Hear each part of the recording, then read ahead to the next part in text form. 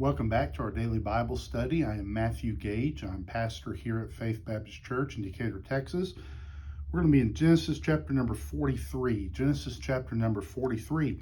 And we are continuing on the story of Joseph, his interactions with his brothers, now that Joseph is the prime minister, next to Pharaoh in the land of Egypt. And where we saw last time, in this series of chapters, this continuing story, it's going to go on a couple more chapters, is Joseph there in power, and then his brothers come down for to buy food. The 10 brothers came. Benjamin stayed home with his dad, and Joseph accuses them of being spies, keeps one of the brothers back as a prisoner, releases the 9. They go back and tells them that if they come back, they better bring that other brother. And so it appeared like at the end of chapter number 42 that Jacob was just happy enough okay, well, at least I've got 10 boys now, and does not want to send Benjamin at all. But of course, the famine continues on, and we'll get to the events here in chapter number 43. So just to remember where we stay, Joseph is down in Egypt. He's in charge of the food distribution, prepared for this famine. Simeon is down there, a prisoner. And then back in Canaan, there is Jacob and the 9 sons plus Benjamin, who he does not want to send to Egypt. So chapter number 43, verse number 1. And the famine was sore in the land. And it came to pass, when they had eaten up the corn which they had brought out of Egypt, their father said unto them, Go again, buy us a little food. And Judah spake unto him, saying, The man did solemnly protest unto us, saying, Ye shall not see my face, except your brother be with you. If thou wilt send our brother with us, we will go down and buy thee food. But if thou wilt not send him, we will not go down. For the man said unto us, Ye shall not see my face, except your brother be with you. So Judah just speaks up and explains the situation. Say, hey, that guy down there in charge, he told us we better bring Benjamin. If we don't bring Benjamin, I'm not going back down there. That guy's crazy. He doesn't trust us at all. I don't know what will happen if we show up and we don't do what he says. And right here, it's one of those beggars can't be choosers type situation. We better do what he says. Verse 6.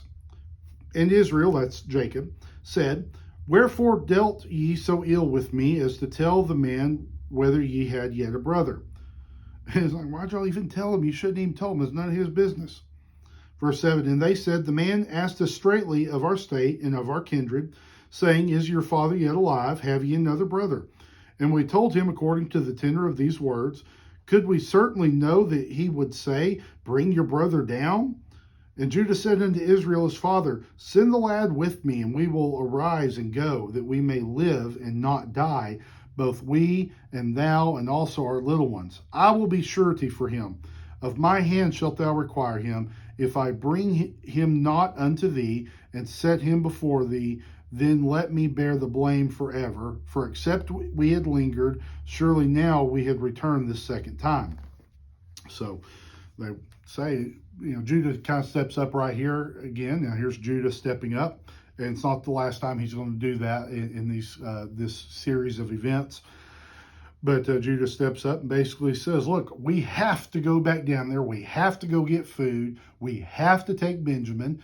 And if you're worried about us taking him, I will be responsible. You can kill me if anything happens. I will hold myself, I will hold myself. I will give my life as a surety for the safety of Benjamin.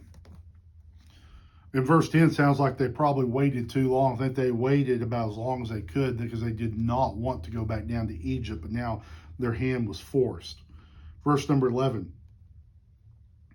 And their father Israel said unto them, If it must be so now, do this. Take of the best fruits in the land in your vessels, and carry down the man a present, a little balm and a little honey, spices and myrrh, nuts and almonds. And take double money in your hand, and the money that was brought again in the mouth of your sacks. Carry it again in your hand. Peradventure it was not peradventure it was an oversight. Take also your brother, and arise, go again unto the man. And God Almighty give you mercy before the man, that he may send away your other brother and Benjamin. If I be bereaved of my children, I am bereaved. So Jacob's plan here is, okay, well, we're going to go over the top. We're going to kill him with kindness. Let's get a gift, not money, but we'll get the best stuff we can offer. Some of the stuff that we have around here. We'll get the spices, the nuts, the balm, the honey. We're going to take these things as a present, as a gift. We're going to take twice as much money. If he sent them with $100 before, he sent them with 200. I don't know how much they would have had there, but like I say, double the money, plus taking that money that what they found in their sacks again. So taking it all back. So basically they're getting triple the money that they did before. Verse 15. And the men took that present, and they took double money in their hand, and Benjamin, and rose up and went down to Egypt and stood before Joseph. And when Joseph saw Benjamin with them, he said to the ruler of his house, Bring these men home and slay and make ready, for these men shall dine with me at noon. So Joseph sees that they came. They brought Benjamin. He knows his younger brother is alive now. So says, sends this guy back home. Says, get ready. We're gonna have lunch with these guys. Go ahead. Go kill the cow. Let's have a barbecue. We're going to have a feast here with these men. Verse 17. The men did as Joseph bade, and the man brought the men into Joseph's house. And the men were afraid because they were brought into Joseph's house.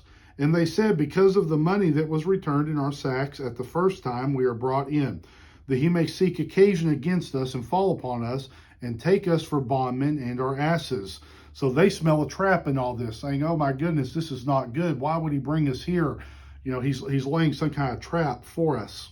And it must have to do with that money that he's going to say that we stole, that was in our bags from last time. Verse 19. And they came near to the steward of Joseph's house, and they communed with him at the door of the house, and said, O sir, we came indeed down at the first time to buy food. And it came to pass, when we came to the inn, that we opened our sacks, and behold, every man's money was in the mouth of his sack, our money in full weight, and we have brought it again into our hand. Now, I'll point out here, it talks about that full weight right there. That's another just a little clue right here. This isn't coin money. It's just pieces of silver, ingots of silver, maybe even earrings. But it's by the weight of the precious metal. So the translations and things will often make this sound like it's a bunch of coins in a sack. It's not. It's a little bit different than that, and it would have been by the weight, not by the number of coins that the value would have been done. Verse 22, and other money have we brought down in our hands to buy food. We cannot tell who put our money in our sacks. So, they're going down, and they're just telling them, look, we just came to buy food. We don't know how that other money came. We brought it back, and we've brought extra money. We don't know what's going on. Telling this to the steward. Verse 23, and he, that's the steward, said, Peace be to you, fear not. Your God and the God of your father hath given you treasure in your sacks. I had your money. And he brought Simeon out unto them. So he's saying, I've got the money back. That's basically what he's saying. He says, we've already got the money. Everything's okay as far as that goes. So they get Simeon out of jail. Sure, he's relieved and probably not feeling very loved considering how long he'd been left there. But as they prepare now to eat with Joseph, verse 24, and the man brought the men into Joseph's house and gave them water, and they washed their feet, and he gave their asses provender, so caring for them. That's this great hospitality, being able to wash your feet, the dust off your sandaled feet from travels, providing for their pack animals. Verse 25, and they made ready the present against Joseph, came at noon, for they heard that they should eat bread there. So hearing what the plan was, they're supposed to eat with Joseph. They get their present ready, and however that's presented in baskets or sacks or whatever, they've got everything ready. So when he comes, they can plead their case, give this gift, and try to explain what's going on. Verse 26.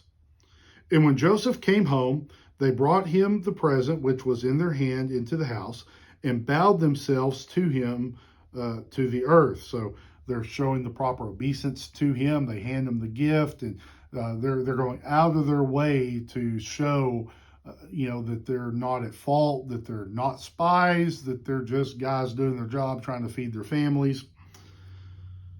Verse 27. And he asked them of their welfare and said, Is your father well? The old man of whom ye spake, is he yet alive? I think that's the one person. I think Joseph was probably hoping that Jacob would have came down with them, but he's not there, of course.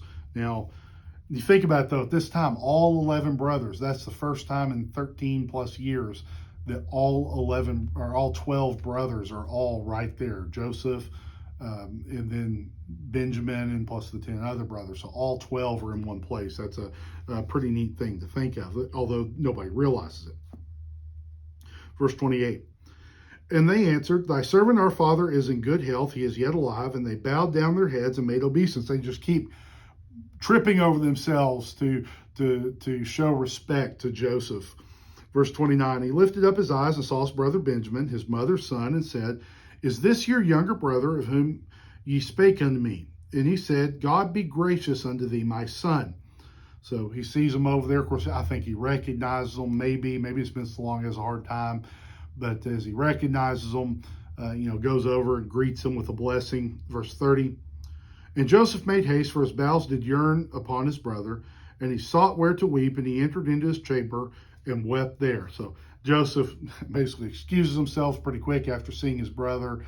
Just his heart is just not just broken. I don't know how much sadness there is here. I think he's overjoyed, because I think there's a part of him, he honestly thought those scoundrels of brothers probably had done something to Benjamin. Verse 31.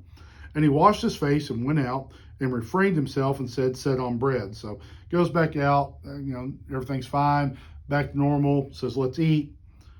Verse 32. And they set on for him by himself, and for them by themselves, and for the Egyptians which did eat with him by themselves, because the Egyptians might not eat bread with the Hebrews, for that is an abomination unto the Egyptians. So according to their customs, they look down on these Hebrews, and we're already seeing little elements of that racism in some of the ways that Joseph has been treated. But you kind of imagine here 3 different tables set up in this banquet, and you've got the 11 sons of Jacob sitting at one, you've got the Egyptians sitting at another, and then you have Joseph sitting at a third. Verse 33, and they set before him the firstborn according to his birthright, and the youngest according to his youth, and the men marveled one to another. Just the situation there. Verse 34, and he took and sent messes unto them from before him, but Benjamin's mess was 5 times so much as theirs, and they drank and were merry with him. So as they all sat down, the signal's given, here come the servants, waiters, butlers, wherever they are, with their food, and as they bring it in, they serve everybody, and Benjamin gets 5 times as much food. It's a kind of a signal of blessing, which is, I think, Joseph just being overjoyed at seeing his brother well and showing his love to him. So there we go. That wraps up chapter number 43. Like I said, we're right in the middle of this developing story.